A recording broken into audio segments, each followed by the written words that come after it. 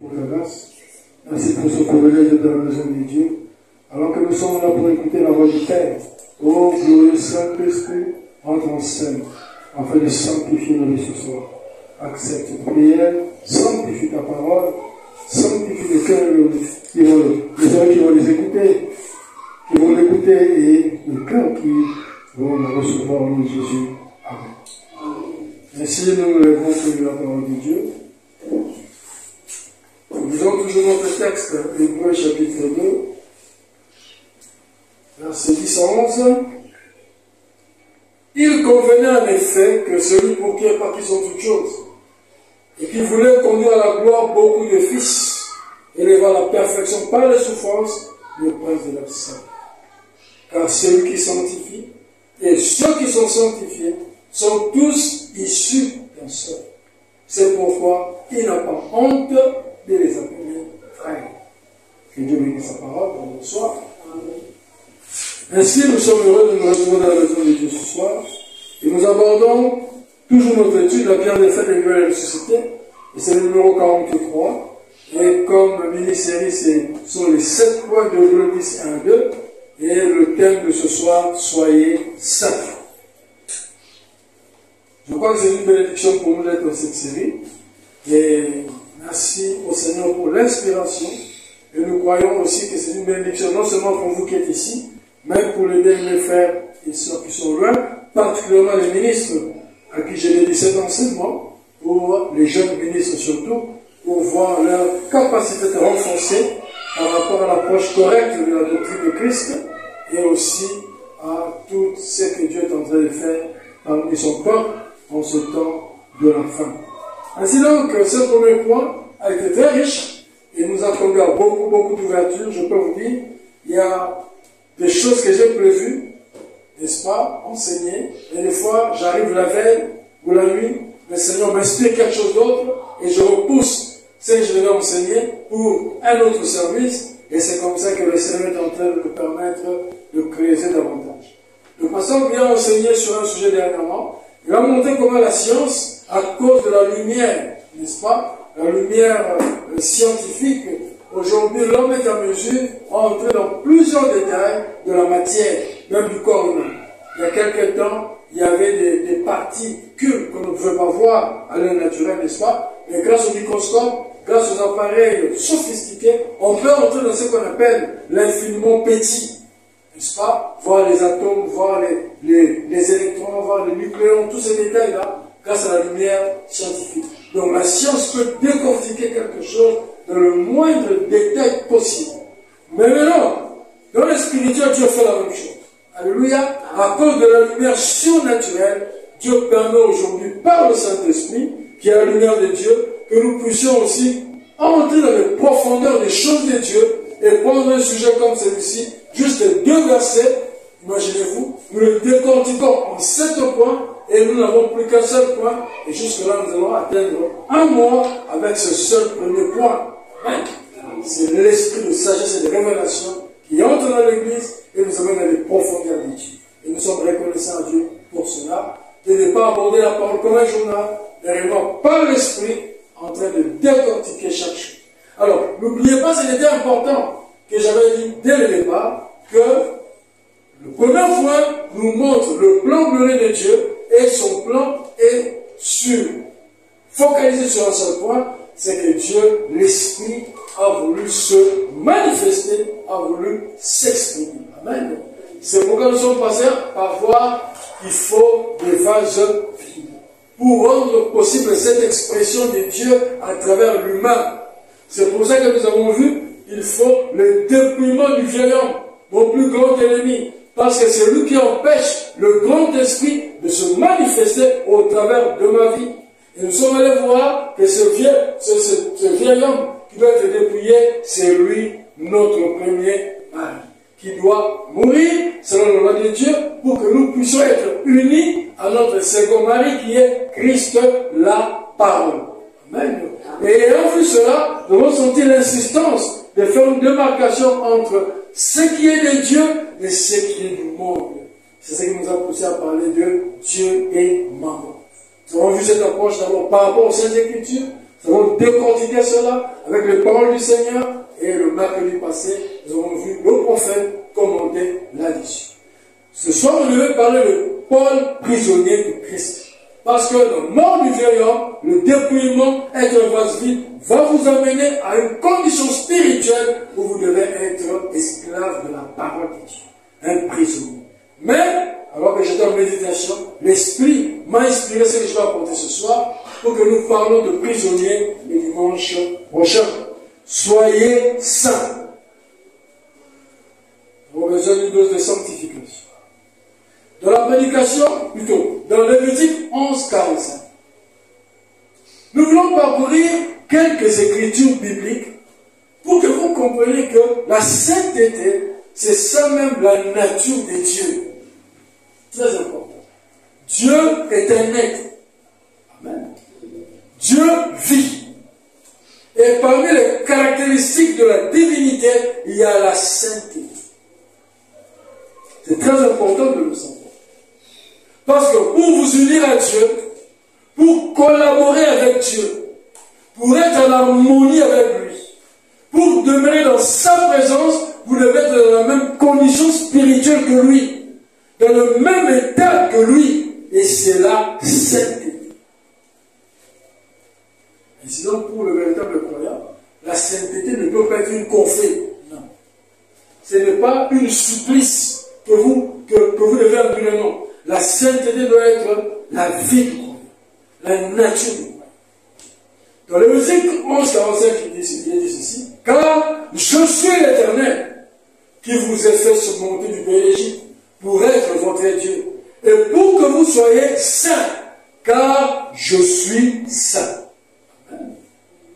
Et j'ai une écriture, je ne l'ai pas mentionnée ici, que j'ai beaucoup aimé de ma jeunesse, où Dieu dit, je crois que c'est dans Deutéronome quelque part, il dit: j'ai fait de vous un peuple saint, vous êtes un peuple que j'ai mis à l'écart pour que vous puissiez m'appartenir, ou qui dirait être ma propriété privée. C'est ça l'épouse de Christ.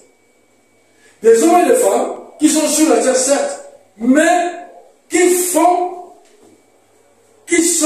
privatisés par Dieu. Voilà. En qui l'Esprit de Dieu, la vie de Dieu, la parole de Dieu, tout ce qui est divin, alléluia, peut se refléter, peut se manifester, ou encore Dieu vivant parmi son peuple. Nous avons vu que la puissance du malin est partout dominant le monde. Amen. Mais Dieu s'est réservé une petite minorité en qui il place son esprit, sa révélation, sa doxa, sa parole. Amen. Et se reflète au travers de cette personne-là. Il vit parmi eux. Il y a une vie de Dieu qui se reflète au travers de ces personnes, mais il y a aussi le surnaturel de Dieu, la puissance de Dieu qui se manifeste à travers ces êtres humains en qui Dieu a la prééminence, l'autorité, la suprématie. Et il l'appelle son peuple. Alléluia. Amen. Et laissez-moi vous dire, le diable ne peut pas s'amuser dans cet environnement-là. Le diable ne peut pas oser. Oui, monsieur, il ne peut pas. Parce que c'est Dieu qui demeure parmi son peuple, parmi ses enfants. Voilà pourquoi Froment dit, je vous défie d'avoir une église où les gens sont en prière, en telle unité avec Dieu. Je vous demanderai d'envoyer un malade à cet endroit. Même pas une prière sera faite. Alléluia. Le malade sera guéri. Pourquoi? À cause de l'atmosphère, à cause de la présence même du Saint-Esprit parmi son peuple. Alléluia. Amen. Oh, merci Seigneur. Où le pécheur viendra avec son péché. À cause de l'atmosphère, à cause de la présence. Alléluia. Il se sentira tellement coupable qu'il viendra nous ici, à genoux, pour confesser ses péchés, pleurant à cause de la présence du Saint-Esprit parmi son peuple. Alléluia. Dieu, c'est ce que nous voulons voir aujourd'hui. Comme il est pour la témoigner de son père, quand il avait des indispositions dans son corps, lui, il Paul, il ne venait pas la prière Froment. Après le service, quand il raccompagnait Froment fatigué dans la voiture, l'atmosphère, alléluia, la présence de laquelle nous allons se trouver, guérisseur de l'époque. Oh Dieu, où est Dieu, alléluia, nous voulons expérimenter, mais, oh, praise God,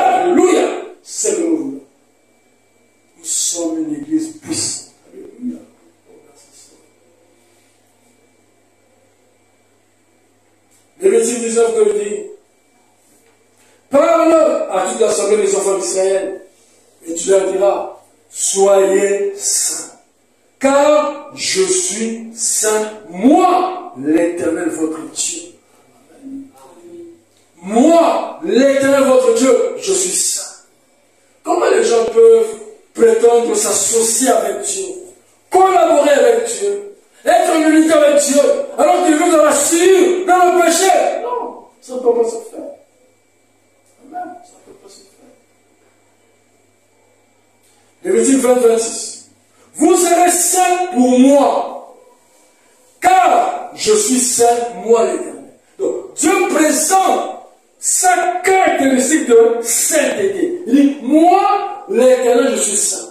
Pour collaborer avec moi, pour cohabiter avec moi, pour vivre dans ma présence, alléluia, pour vous unir à moi, vous devez avoir ma nature, qui est la sainteté.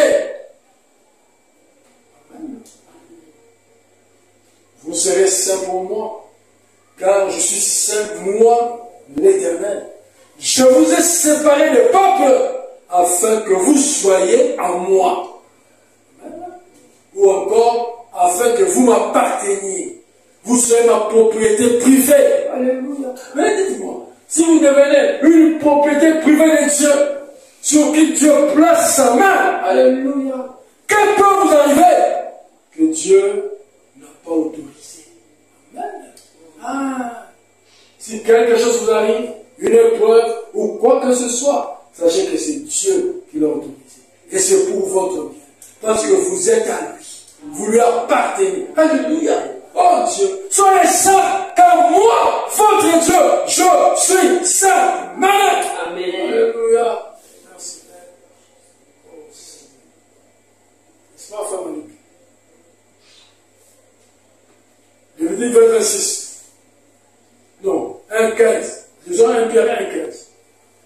Mais, puisque celui qui vous a appelé est saint, vous aussi soyez saints dans toute votre conduite. Là, Pierre amène une dose supplémentaire. Pierre est dans la pensée de Lévitique quand il dit, mais puisque celui qui vous a appelé est saint, et qui vous a appelé, n'est-ce pas Dieu, ok? Vous aussi soyez saints. Comment? Dans toute votre conduite. Amen. Dans vos paroles, dans vos pensées, dans vos attitudes, dans votre comportement, vous devez être correct. Vous devez être saint. C'est ça qui va vous permettre de vivre, de baigner, alléluia, de collaborer, d'être dans la même ambiance que le Saint de Saint, oh Dieu, le créateur du ciel et de la terre. Alléluia. Oh merci Seigneur. Oh Dieu.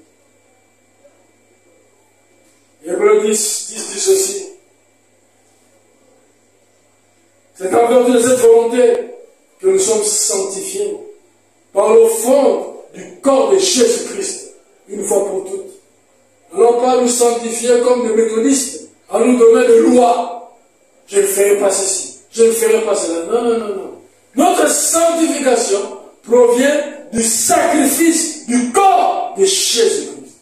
Le sang de Jésus, le sang de l'agneau, le sang de l'alliance, même, c'est la chose qui nous sanctifie. Et nous savons tous que c'est la parole de Dieu. Par l'offrande du corps de Jésus-Christ pour toutes. Car, par une seule offrande, il a amené la perfection pour toujours ceux qui sont sanctifiés. Amen. Et ça, c'est très important, ce détail. On a vu des gens vouloir être saints à leur propre manière. Non, non, ce n'est pas possible. Si vous pouvez arriver par vous-même, c'est que Christ est mort en vain. Alors, ce n'est pas possible. Il est mort. Il a versé son sang à la croix pour que l'esprit qui était dans le sang, qui est l'esprit de Dieu, le Zoé, amen, puisse revenir dans votre cœur. Et c'est l'esprit de Dieu qui est en vous, faisant l'œuvre de la sanctification. En d'autres termes, la puissance de l'esprit de Dieu qui a de l'autorité sur le péché, parce qu'il a vaincu le péché à la croix. Cet esprit de Dieu, dans votre cœur, dans votre âme, va commencer à extirper dehors l'impureté, l'immoralité, la saleté, pour que votre cœur soit libéré du péché, lavé et être saints. Amen. Amen. Jésus a dit, mes paroles sont esprit et vie. Comprenez bien ceci. Vous avez en vous cette nature du péché dans votre cœur. Vous êtes né avec ça. Même si vos parents sont chrétiens, vous êtes nés pécheurs. La nature est dans votre cœur. Maintenant, qu'est-ce qui se passe? Quand vous écoutez la parole de Dieu, qui est une sémence, Jésus a dit, mes paroles sont esprit et vie. La parole a en elle l'esprit et la vie. Ainsi donc, cet esprit divin dans votre cœur, lui qui a vaincu le péché à la croix, va maintenant dans votre âme manifester cette victoire en assujettissant la vie immorale, la vie de mensonge, la vie de convoitise, la vie de vol dans votre cœur. Et quelque temps, vous ne ressentez plus les désirs du péché. Pourquoi? Parce que vous avez introduit, alléluia, dans votre système spirituel une puissance, une vie, un esprit qui a le potentiel de pouvoir assujettir le mal et le détruire complètement et vous rendre libre. Amen. Amen. Je donne l'exemple simple. D'accord? Vous avez le mal. Vous en souffrez, n'est-ce pas? C'est dans votre corps, dans vos cellules. Ok? Dans votre sang. N'est-ce pas? Infecté par une moustique. D'accord? Maintenant, quand vous prenez cet anti-malaria, ce médicament, qu'est-ce qu'il fait? Quand il entre dans votre corps, n'est-ce pas? Il n'est pas intéressé par autre chose si ce n'est cette malaria qui se trouve dans votre organisme. Amen. Il va commencer à s'attaquer à cela. Ok? Et c'est ce combat qui fait que pendant la prise de médicaments, vous vous sentez affaibli. Parce qu'il y a des chocs dedans de vous. Voilà pourquoi il est conseillé quand vous prenez votre médicament, vous poussez prendre beaucoup de temps de repos. Pendant que vous vous reposez, c'est un secteur-là qui a ce qu'on appelle de ce film-là, il y a la réaction, si vous voulez, n'est-ce pas? L'interaction du médicament sur le corps. En fait, le médicament est en train de combattre, ok? C'est des choses qu'il y a en vous, ok? Et ça vous fait passer des moments difficiles. À un moment donné, qu'est-ce qui se passe? Vous ne ressentez plus la fièvre. Amen. Qu'est-ce qui provoquait la fièvre? La maladie. D'accord? Le médicament vient, le combat l'affaiblit au point qu'il ne sait plus pendant la fièvre. Je convoitais, je haïssais, je volais, parce qu'il y avait en moi le péché. Une fois que le médicament de la parole, du Saint-Esprit, entre dans mon âme et commence à combattre cette vie du péché, qu'est-ce qui se passe? Je ne sens plus ce même élan. Alléluia! Parce que Dieu, dans mon cœur, est en train de faire au-dedans de mon âme. C'est ça la conversion. Vous qui me suivez au loin, faites attention à ceci. Cela fait plus de 30 ans que nous sommes dans la foi. Et nous avons vu beaucoup de gens mener un semblant de christianisme pensant qu'ils étaient chrétiens. Voilà, mon prochain sermon qui va intitulé l'imitation du christianisme. Faire comme un chrétien, parler comme un chrétien, agir comme un chrétien, mais en réalité vous ne l'êtes pas. Pourquoi? Parce que ça va provenir de votre cœur, de votre âme, du fond de votre âme. Quelque chose qui jaillit, qui vient du fond de l'âme. Quelque chose que vous ne contrôlez pas. Alléluia. Amen. Oh Dieu, l'Esprit de Dieu en vous, la vie de Dieu en vous. Amen. Donc c'est très important, n'est-ce pas, que vous puissiez comprendre cela. Donc, voilà tout de la prédication. De leur futur, de notre vie. Ensuite, je vais maintenant vous expliquer un peu la sanctification. C'est quoi? C'est pour nous, via la sanctification, qui met notre pensée en ordre pour la sainteté, pour avoir une pensée correcte. En effet, sanctification, c'est un mot grec composé qui veut dire nettoyer et mis à part pour le service. La sanctification, c'est le nettoyage. Et beaucoup de gens ne le comprennent pas. Il faut vraiment donner un exemple de 3 étapes par lesquelles le chrétien passe. Il y a d'abord la justification, n'est-ce pas? Ensuite, la sanctification et enfin le baptême du Saint-Esprit. Qu'est-ce que c'est? Il dit, pourquoi Dieu doit-il vous justifier et laisser les autres? Vous sanctifier et laisser les autres. C'est parce qu'il vous a appelé, selon son dessein, à être conforme à l'image de son Fils. Alors, pendant l'illustre parfaitement Quand il montre, c'est comme un ver dans un poulailler. Ok? Quand vous regardez le ver, celui qui a vu ce ver dans le poulailler, dans la poubelle si vous voulez, il avait envie de s'en servir. Il avait envie de l'utiliser. Donc, quand Dieu vous sort de la poubelle du monde, c'est parce qu'il a un travail à faire avec toi. Amen. Oui. C'est pour ça que l'on récupère ce verre de la poubelle. Vous venez, nous venons de la poubelle. Voilà pourquoi, en prenant le verre de la poubelle, ce verre sort avec des impuretés, des saletés. C'est normal. Quand Dieu vous appelle, vous avez encore en vous la nature du péché. Vous avez encore en vous des réflexes mondains. Vous avez encore en vous des insultes. Oui, c'est possible. Et toutes ces choses-là. Mais, vous avez accepté Jésus comme Seigneur et Sauveur. D'accord. Mais, vous êtes encore avec vos impuretés. Parce que vous avez pris dans un endroit impur et souillé. Alors, comme le but, c'est d'utiliser ce verre, qu'est-ce qu'on doit faire? Le verre, après être retiré de la poubelle, passe par une deuxième étape. Et cette étape, c'est ce que nous appelons la sanctification. Qu'est-ce? Mise à part, c'est-à-dire sortir de la poubelle, nettoyer, non pas pour que ça reste nettoyé, mais pour le service. Donc, on le nettoie en vue du service. Retenez que dès le départ, le dessin de la personne qui récupère le verre, c'était pour l'utiliser. Donc, les étapes par lesquelles le verre passe, c'est en vue de l'utilisation. Voilà pourquoi on ne peut pas sortir du monde, dire que je suis dans le message, sans, au finish, réaliser le but de Dieu dans votre vie. Ce n'est pas possible. Devenir un assaillant, d'église en église, ou un frère formaliste, ou une sœur formaliste, non, ça n'a pas de sens. Ça n'a pas de sens. Alors, ce verre-là va être nettoyé, on enlève les impuretés, tout ce qu'il y a, pour qu'à un moment donné, on voit qu'il est bon, il est propre, on peut y mettre de l'eau, de boire et s'en servir. C'est ça la justification, la sanctification et le baptême du Saint. Alors vous allez comprendre que cette étape dont nous allons parler, de la sanctification, retenez bien, ce n'est pas une étape qui se fait en un jour. Non. Parce que cette sanctification, en d'autres termes, c'est aussi ce que nous appelons la mort du vieil homme. C'est aussi la sanctification. Ou le dépouillement du vieil homme. Ou la mort de notre premier mari. C'est la même chose. C'est-à-dire une étape où on se sépare de la nature adamique. Né dans le péché, construit l'iniquité. Une étape où on se débarrasse, où on se vide pour être un vase d'honneur. Vous voyez que tous les enseignements marchent ensemble, n'est-ce pas? Voilà pourquoi je fais des répétitions sur ça, pour que vous compreniez qu'en fait on parle de la même chose, mais dans des formats différents, pour que ça s'imprègne en vous et que Dieu agisse au travers de vos vies. Amen. Ainsi donc, vous comprenez que c'est une étape importante. Quand même que Dieu va vous remplir de son esprit, ça ne veut pas dire que vous êtes parfait. Voilà même avec le Saint-Esprit, n'est-ce pas? Mais cela va empêcher de dire à Joseph, de dire à sa femme, dites-leur que je ne suis pas là. Est-ce que vous connaissez l'histoire? Il avait le Saint-Esprit en lui, ça l'a pas empêché.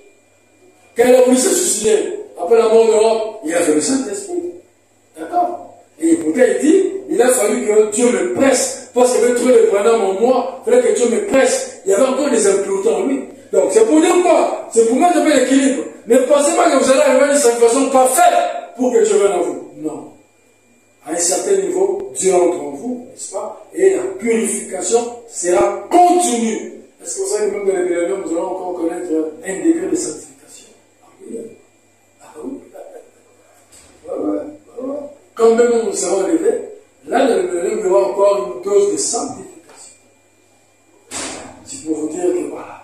Donc, on est encore. Ah oui, c'est fantastique. Ce qui est important, c'est quoi? C'est que Dieu ôte de votre cœur le désir de pécher. Parce qu'il y en a qui peuvent dire, ouais, frère, il y a pas un peu mauvais, ça fait quoi? On est encore là. Non. Ici, à ce stade ici, vous êtes dans le corps du péché, c'est vrai. Mais Dieu enlève dans votre cœur les désirs du péché. Ça, vous n'en avez plus. C'est ça qui fait qu'à chaque fois que vous tombez dans une erreur, dans une faute, votre cœur vous connaît le point que vous n'avez plus la paix, jusqu'à ce que vous vous mettiez la chose en ordre avec Dieu. Amen. C'est ça la différence avec les autres. Amen. Ils peuvent aussi arriver à s'élever comme vous, mais vous, la différence c'est qu'après cet acte-là, votre cœur n'est plus en place. Ça montre avec eux, vous n'êtes pas semblable. Est-ce que je suis clair? Alors, cet exercice de sanctification, qu'on va le voir maintenant, c'est ça qui va permettre à ce que plus vous grandissez dans ça, plus vous permettez à l'Esprit de Dieu, à la nature de Dieu, à la lumière de Dieu, de se refléter au travers de votre vie.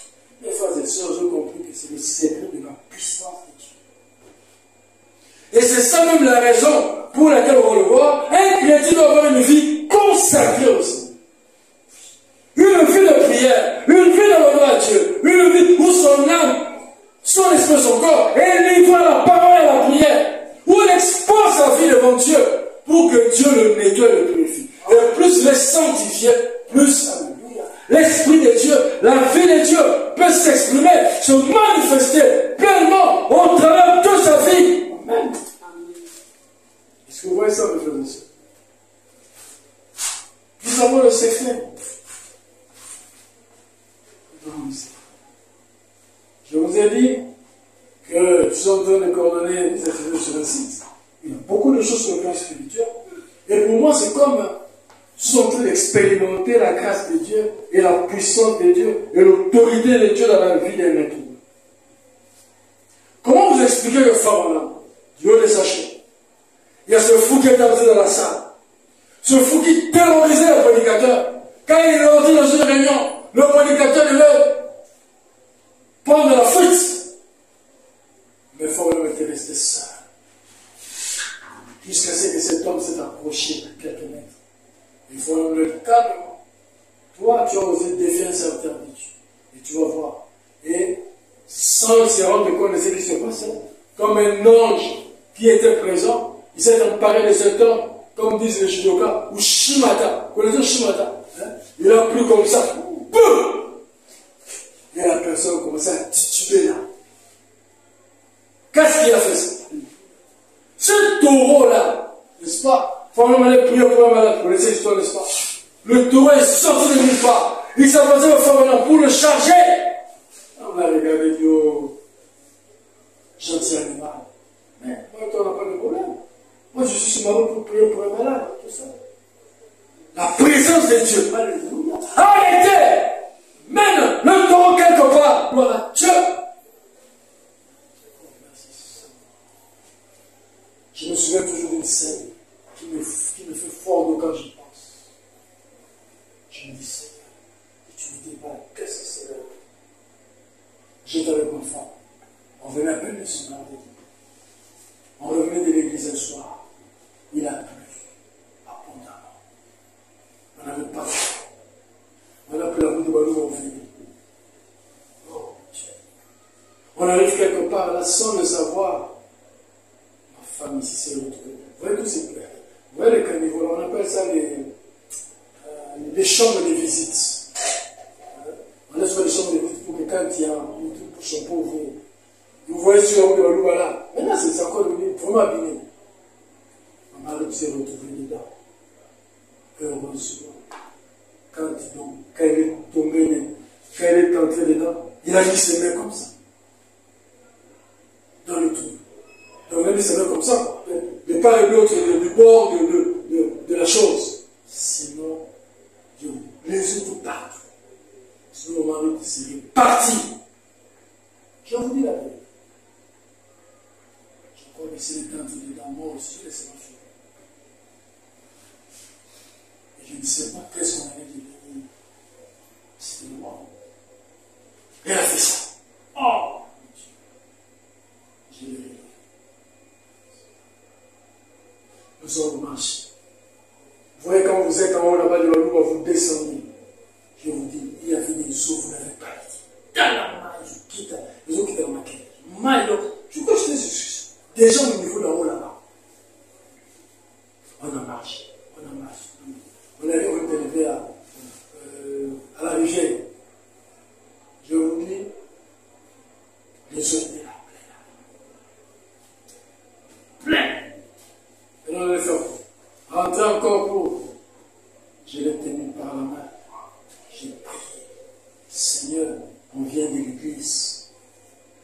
tenu par la main. Je dis, nous allons passer ici.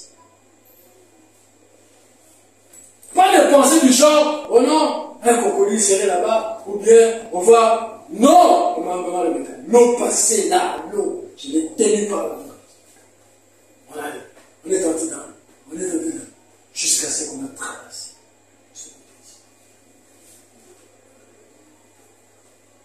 Je vais avec la présence. Les témoignages, il y en a beaucoup. Hein. Même ils peuvent parler beaucoup de témoignages, des choses qu'on a passées ici. Je vous dis. Non. Nous devons avoir une vie propre. Les frères et sœurs. La sanctification. C'est ce que Dieu a. Il dit, soyez saints, comme moi, Dieu, votre Père, je suis saint. Amen. Vous ne voulez pas ça. Et c'est là où le surnaturel se manifeste. Oui. On l'a dit, on a posé la question, qu'est-ce qui se passe dans votre vie? J'aime tellement le Seigneur, que le Seigneur se plaît d'être dans ma compagnie. Alléluia. Dieu veut voir un cœur propre, pur, pour que son esprit, oh Dieu, puisse se mouvoir dedans. Il est supposé de cette église. Tu ne peux supporter les méchants. Et tu as éprouvé ceux qui se disent apôtres et qui ne le sont pas. Et tu les as trouvés mortels. Ces Éphésiens croyaient que le peuple de Dieu doit être saint. Ils croyaient à ça. Voilà pourquoi Frère dit, nous ne sommes plus. Parmi nous, il n'y a pas de jeu de cartes. Il n'y a pas de jeu d'argent. Il n'y a pas de plaie. Non. Pourquoi? Parce que nous croyons que le peuple de Dieu doit être un peuple saint.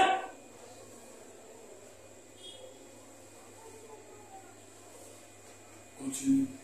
D'après ce verset, ils avaient pris des mesures pour éloigner du corps les levains du péché. Il est tout à fait évident que l'apostasie avait déjà commencé. Le péché s'est introduit dans l'église. Mais ils ont obéi aux paroles de Paul, qui leur avait dit de chasser les pécheurs du milieu d'eux. Ils étaient un peuple à part. N'est-ce pas ce que Dieu nous a dit dans l'Ancien Testament? Okay. Ils étaient un peuple à part. Ils étaient sortis du monde. Et à présent, ils n'allaient pas laisser le monde s'introduire parmi eux. Des petites blagues là, en classe. Et vous revenez à la maison, vous commencez à vous faire des blagues là. Oh là-bas, là-bas, là. Vous avez appris ça aussi, ces histoires-là, qu'on raconte partout ici, à gauche, à droite. Comment est-ce que cela est devenu une expression de la bouche d'un chrétien? C'est quoi cette histoire? Oh, la mania, tout ça. C'est quoi cette histoire? Ils ne peuvent pas laisser le monde de nouveau s'introduire parmi eux. Ils sont sortis. Pourquoi je vous ai dit Paul? Quand Paul dit, comment pouvez-vous vous mettre sous un même joug étranger avec les infidèles? J'ai parlé de ça. C'est la même chose. Vous ne pouvez pas. Je suis déjà sorti du monde. J'ai laissé le monde dans les rêves. J'ai brûlé tout le pont. Alléluia. Entre moi et le monde. Mais comment est-ce que dans ma bouche, dans mes pensées, dans mes sentiments, on a retrouvé les mêmes bêtises, les mêmes sottises? Non, non et non. Non. Ils étaient un peuple à part. Qu'est-ce que ça veut dire? Un peuple différent. Quand les gens parlent de Messie, ils connaissent pas Messie. Oh! Quand tu es le Messie, je ne connais pas c'est qui. C'est un politicien ou c'est un musicien? Je connais. Le match d'aujourd'hui, c'est à quelle heure? Je dis un match, moi, je ne sais pas. Ah! Le match d'aujourd'hui, je ne sais pas. Je ne sais pas. Je ne sais pas, ça ne m'intéresse pas. Je suis dans un monde à part. Vous qui regardez ça, ça vous donne. Vous commencez à faire suffire votre peau pour hier. Quand il y a un match, n'est-ce pas? Vous mettez du bleu ici, du rouge, du jaune. Oh non, c'est le pays. Laissez-le pour ma casse. Et puis vous allez là-bas, vous bat là-bas. Après, c'est la tristesse partout. Je préfère ne pas m'occuper de ça comme ça. Même s'ils ont perdu, mon cœur est normal. Vous devenez triste là. Oh, vraiment, on a perdu, vraiment, on a perdu.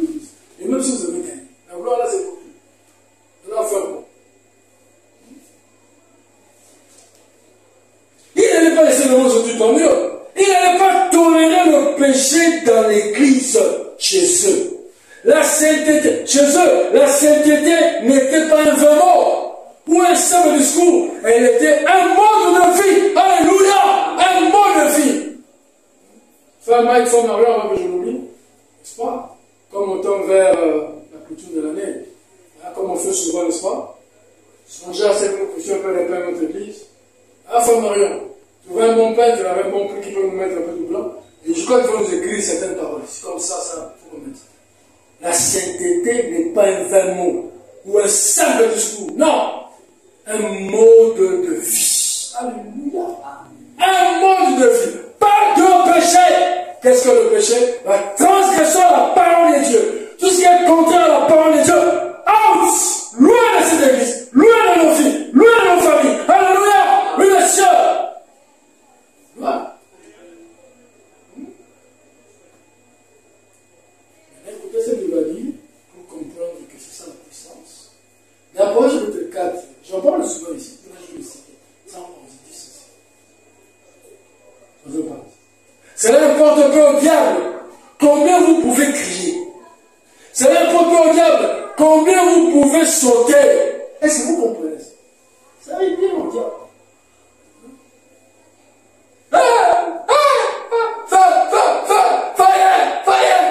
Ça importe peu au diable. Venez écouter. Mais ce qui fait mal au diable, alléluia, oh, faut passer sur ça, viens voir entier, suis-moi ce morceau. Ce qui fait mal au diable. Est-ce que vous n'êtes pas convenu de le savoir? Quand je fais ça, le diable a mal. Quand je fais ça, le diable reçoit un coup. Presque. Alléluia. Le monde n'en sait rien. Il est malin. Écoutez, il dit, vous pouvez beaucoup sauter, beaucoup crier. Le diable est indifférent. Mais qu'est-ce qui le touche? C'est de voir cette vie sanctifiée, sainte et consacrée à Dieu. Alléluia. Merci Père. Je veux ça. Je veux sanctifier mon âme. Alléluia. Veux-tu être affranchi du péché? La force est dans le sang. La force est dans le sang. Veux-tu avoir la victoire sur le mal? La force merveilleuse est dans... C'est vrai, il y a force. Force, force. Ce ne sont pas tes efforts. Non, non, non. Aujourd'hui, j'arrête le clé. Non, vraiment, j'ai voulu faire le coup. Non, c'est pas ça. Écoute la parole. Alléluia. Reçois la doxe de Dieu. Et quand vous êtes ensemble, et racontez vos histoires. Parlez de la parole. Pour que ceux qui sont faibles, maintenant, reçoivent l'Esprit de Dieu. Amen. Soient contemplés par l'Esprit. Amen. Amen. N'est-ce pas, Jean-Baptiste? C'est ça. Prenez un peu l'embrouillard, vous le dosez avec la parole. Adore ça. Vous semblez les futilité des gars. Non, pas de ça. Ok. Écoutez bien ça.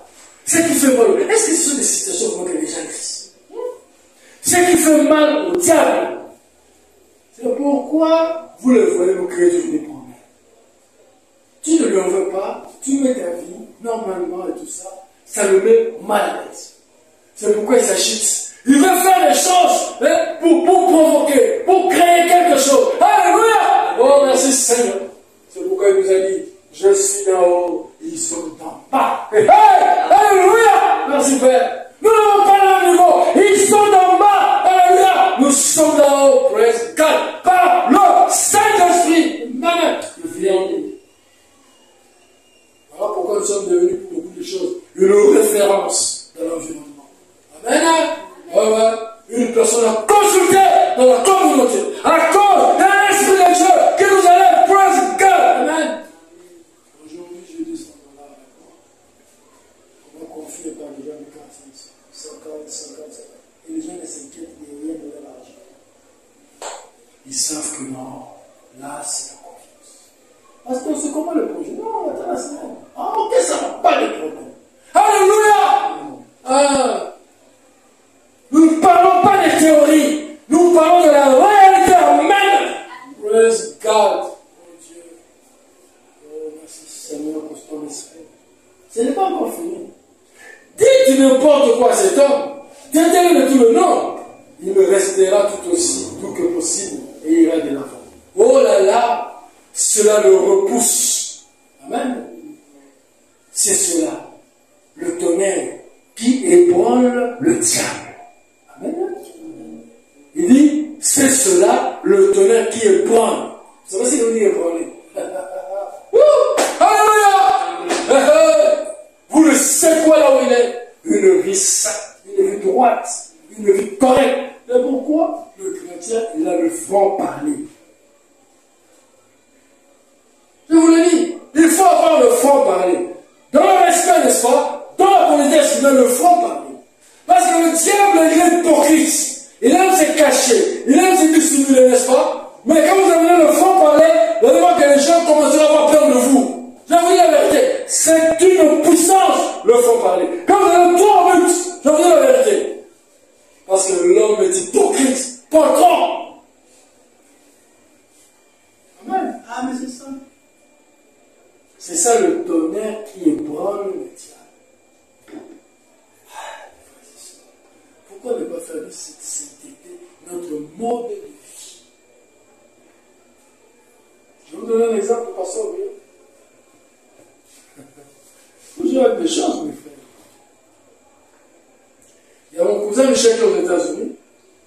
Pour la première fois, il est parti visiter le pasteur. Alors, il n'était pas seul. Il était avec un jeune garçon, c'est sa fiancée ou quelque chose comme ça. Il l'a accompagné pour l'aider à son retour. Il a les a reçus, ils ont causé et tout ça. Il est revenu le dimanche à l'église. Ils sont partis de là. Mais qu'est-ce que le cousin me dit? Le cousin me dit que le dimanche matin, le pasteur voulait venir à l'hôtel. Et c'était pour vérifier si ce garçon-là et cette fille-là n'avaient pas couché ensemble. Ah oui. Ah oui. Il était venu voir. Non, mes frères. Vous, jeunes gens, je vous autorise à avoir des fois un peu d'extrémisme par rapport à la société. C'est important. Nous, quand on était jeunes, on était très extrêmes. Oui, des fois c'est bon. Je vous dis, des fois c'est bon. Nous sommes dans un temps très dangereux. Très dangereux. Où le modernisme semble un peu entrer dans les gens et vous voyez la légèreté parmi les jeunes sœurs. Et même parmi les jeunes femmes. Non. Il a d'ailleurs vérifié. Il faut vous en recommander parce que mes frères ministres, lors de la convention du Gabon, qui s'est embrouillé, et puis voilà les grandes choses, les personnes viennent au fond du Gabon. Mais c'est pas possible. Comment vous avez laissé quelqu'un comme ça parmi vous pendant avec cette vie-là?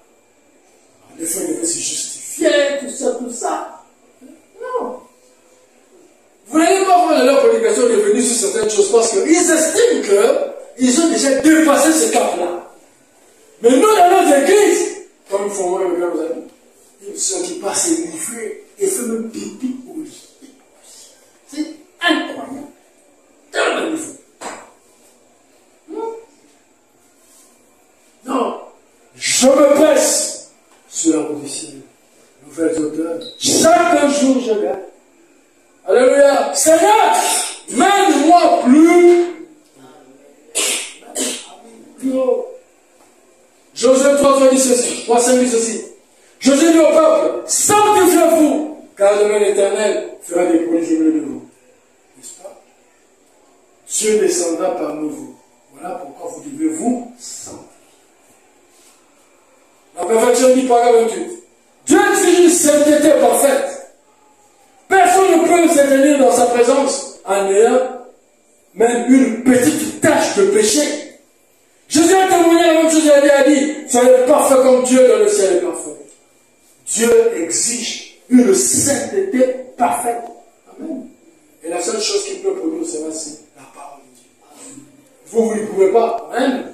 La parole de Dieu, le sang de Christ dans votre cœur, c'est ça qui va produire en vous. L'Esprit de Dieu va vous donner ce désir d'être bon. Amen. Est-ce que quelqu'un qui est un blanc, c'est pas vous qui allez lui dire, ne passe pas cette route parce qu'il y a la route. Non. Il est conscient qu'il est blanc. N'est-ce pas? il préserve sa blancheur. Alléluia. Et c'est la même chose quand l'Esprit de Dieu dans votre cœur. Maintenant, vous ne voulez pas vous souiller avec une parole, une pensée, une attitude ou les gens qui sont de l'eau péché. Amen. Dans la prédication, quand je réfléchis à mes voix du paragraphe 68, dit oh Dieu, apporte cela jusqu'à ce que le cœur de chaque prédicateur ici présent porte ce fardeau. Comment vous nous laissez tranquille devant Dieu alors que le monde est couvert de péché et que les membres de l'Église vivent dans le péché? Comment pouvons-nous nous taire pendant que l'Église est mise en pièces par les créneaux et les dénominations et que la fraternité est brisée et que les gens sont abattus alors que Dieu exige la sainteté sans laquelle personne ne le sait. Dieu veut voir ce désir dans le cœur d'être saint. Comme je vous dis, c'est ce qui importe le plus pour Dieu parce que nous sommes encore dans la chair. Vous avez que manger, mais l'idéal est que Dieu voit dans le cœur qu'il n'y a pas ce désir de faire le mal. Amen. C'est ce que Dieu veut voir. Ok? Dans la réaction, vous avez dit ceci. Peu importe ce qu'il dit le monde, ils ne courberont toujours pas les chines devant la tendance moderne de la religion moderne. Pas question d'évangile social pour ces hommes-là. Ils croient que Dieu est toujours saint.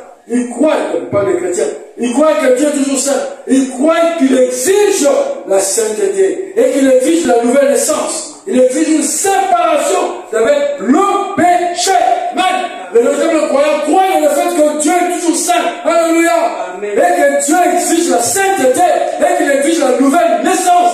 Et qu'il dit nouvelle naissance veut dire la mort de la vieille nature. Alléluia. La séparation avec le péché. Amen.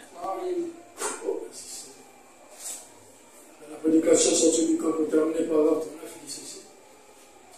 Je sais qu'il y a une raison pour laquelle les gens ne parviennent pas jusqu'à Christ. S'ils le faisaient, ils n'agiraient pas comme ça. Jésus a souffert hors des portes afin de sanctifier son peuple par son propre sang. Sanctification, ça vient d'un mot grec composé qui veut dire nettoyer et mis à part pour le service. Et quand Dieu nettoie son peuple par le sang de Jésus, il les nettoie de la sueur du monde et il les met à part pour le service. C'est pour cela que Jésus aussi, afin de sanctifier le peuple par son propre sang, a souffert hors de la porte. Amen. Voici le morceau que le Seigneur m'a inspiré la nuit. Quand vous m'avez vu travailler tard la nuit, j'étais en train de recevoir ceci avant de parler de Paul prisonnier. Ça m'a fait beaucoup de bien. Nous devons accepter.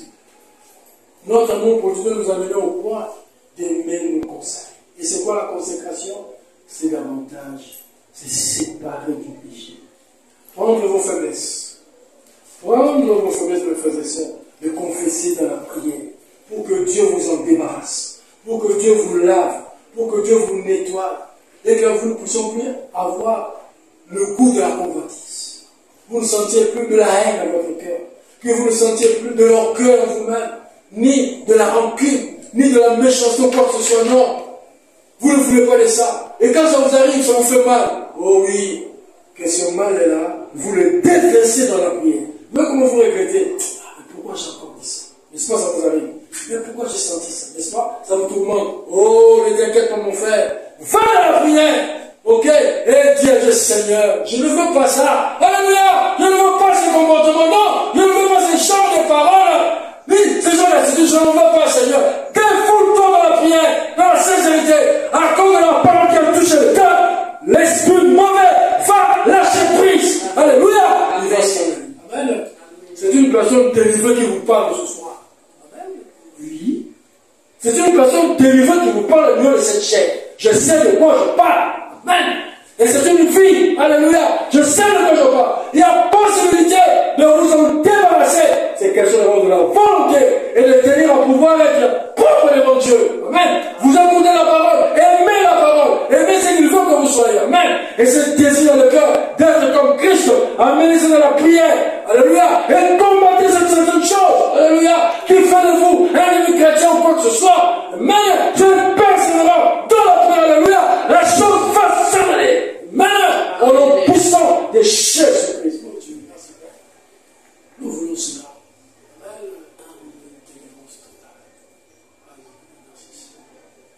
Nous allons lever pour la prière, que Dieu bénisse. Amen.